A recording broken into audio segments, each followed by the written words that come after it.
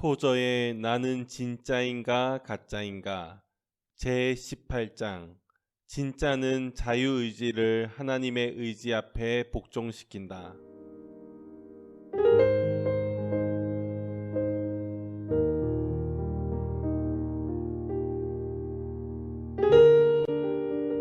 인간의 의지가 자유로워야 한다는 것은 인간의 본질에 기인한다. 완전히 자유로우신 하나님의 형상대로 지음받은 인간은 당연히 어느 정도의 자유를 누리게 된다. 의지의 자유가 있기 때문에 그는 이 세상과 저 세상에서 어떤 사람들과 어울릴 것인지를 선택할 수 있다.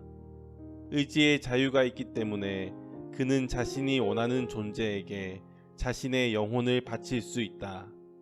다시 말해서 하나님께 충성을 바칠 수도 있고 마귀를 위해 헌신할 수도 있다.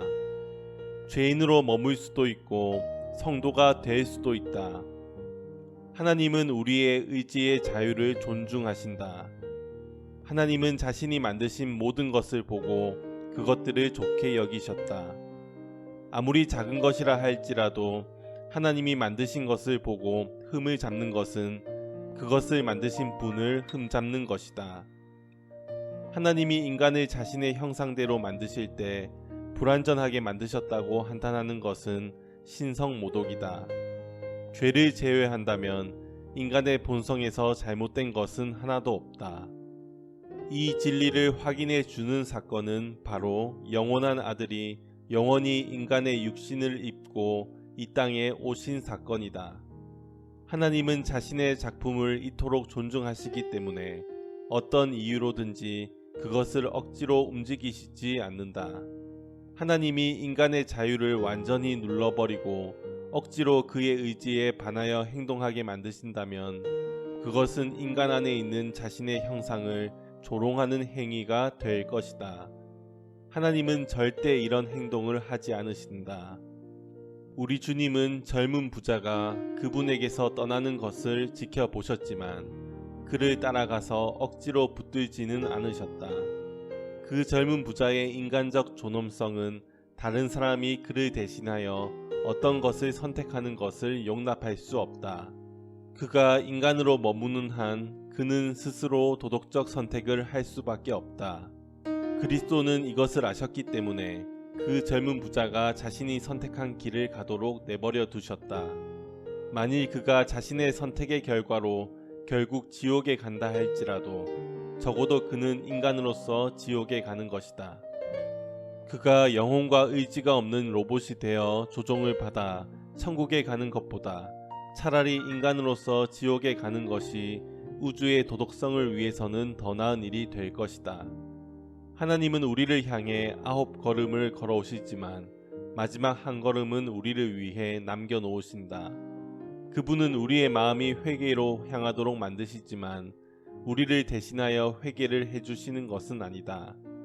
회개할 죄를 저지른 사람만이 그 죄에 대해서 회개할 수 있다는 것이 바로 회개의 본질적 부분들 중에 하나이다.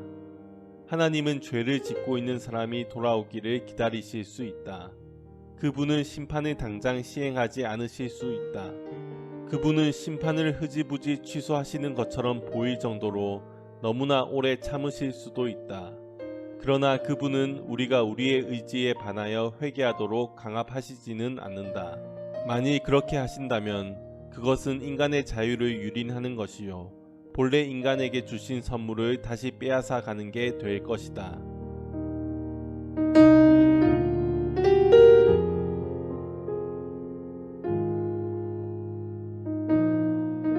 선택의 자유가 없으면 죄도 없고 의도 없다.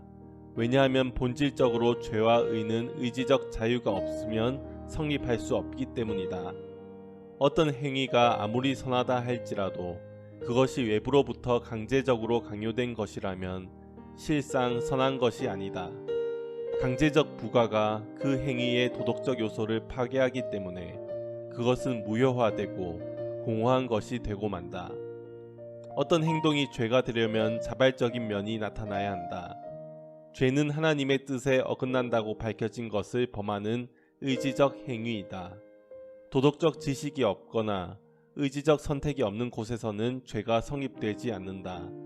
왜냐하면 죄는 법을 어기는 것이고 법을 어기는 것은 의지적 선택의 결과이기 때문이다.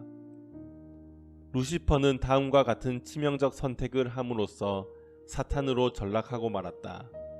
내가 가장 높은 구름에 올라 지극히 높은 자와 비기리라. 분명히 그의 선택은 빛을 거부하는 선택이었다. 그의 행위에는 지식과 의지가 모두 포함되어 있었다. 반면 그리스도는 고통 중에 내 원대로 마옵시고 아버지의 원대로 되기를 원하나이다 라고 부르짖음으로써 자신의 거룩함을 드러내셨다. 그분의 선택은 자신의 선택의 결과가 어떤 것인지를 완전히 알고 내린 의지적 선택이었다. 예수님이 겟세마네 동산에서 갈등을 겪으실 때 잠시나마 두 의지가 충돌했다. 즉 하나님이신 인간의 낮은 의지와 인간이신 하나님의 높은 의지가 충돌했다. 그러나 결국 그분의 높은 의지가 승리했다. 여기서 그리스도와 사탄의 차이가 완벽하게 드러나며 바로 이 차이 때문에 성도와 죄인이 갈라지고 천국과 지옥이 갈라지는 것이다. 어떤 사람들은 이렇게 물을지 모른다. 우리가 내 원대로 마옵시고 아버지의 원대로 되기를 원하나이다 라고 기도한다면 그것은 우리의 의지를 무효화하는 것이요.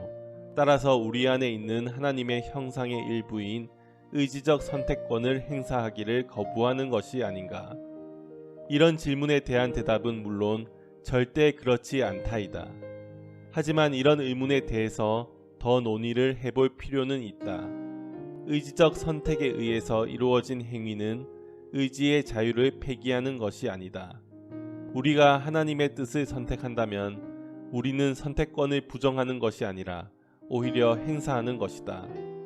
우리가 하나님의 뜻을 선택하는 것은 우리 자신이 최선의 선택을 바랄 만큼 선하지도 않고 최선의 것을 선택할 만큼 지혜롭지도 않다는 것을 인정하는 것이다. 다시 말해서 그것은 우리의 무지와 악함을 고백하면서 선하고 지혜로우신 분이 우리를 대신하여 선택해 주시기를 간청하는 것이다. 이것이 타락한 인간이 그의 의지의 자유를 가장 잘 사용하는 방법이다. 테니스는 이 진리를 깨닫고 그리스도에 대하여 이렇게 썼다. 주님은 인간으로 그리고 하나님으로 보이십니다.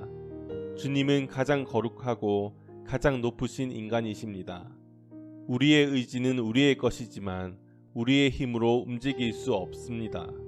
우리의 의지는 우리의 것이지만 주님의 의지에 복종하기 위해 존재합니다. 우리의 의지는 우리의 것이지만 주님의 의지에 복종하기 위해 존재합니다. 라는 말에는 깊은 영적 진리가 담겨 있다. 거룩함에 이르는 비결은 의지를 파괴하는 것이 아니라 그 의지를 하나님의 의지에 복종시키는 것이다. 진짜 성도는 자신이 하나님으로부터 자유라는 선물을 받았음을 인정한다. 그는 하나님이 몽둥이로 때려서 순종하게 하시거나 까다로운 아이에게 하듯 감언 이설로 꿰어서 하나님의 뜻을 행하게 하지는 않으신다는 것을 안다. 그는 이런 방법들이 하나님에게나 그의 영혼에게 어울리는 방법이 아님을 안다. 진짜 그리스도인은 자신이 원하는 어떤 것이라도 선택할 수 있는 자유가 있음을 안다. 그리고 그것을 알기 때문에 그는 하나님의 복된 뜻을 영원히 선택하고 순종한다.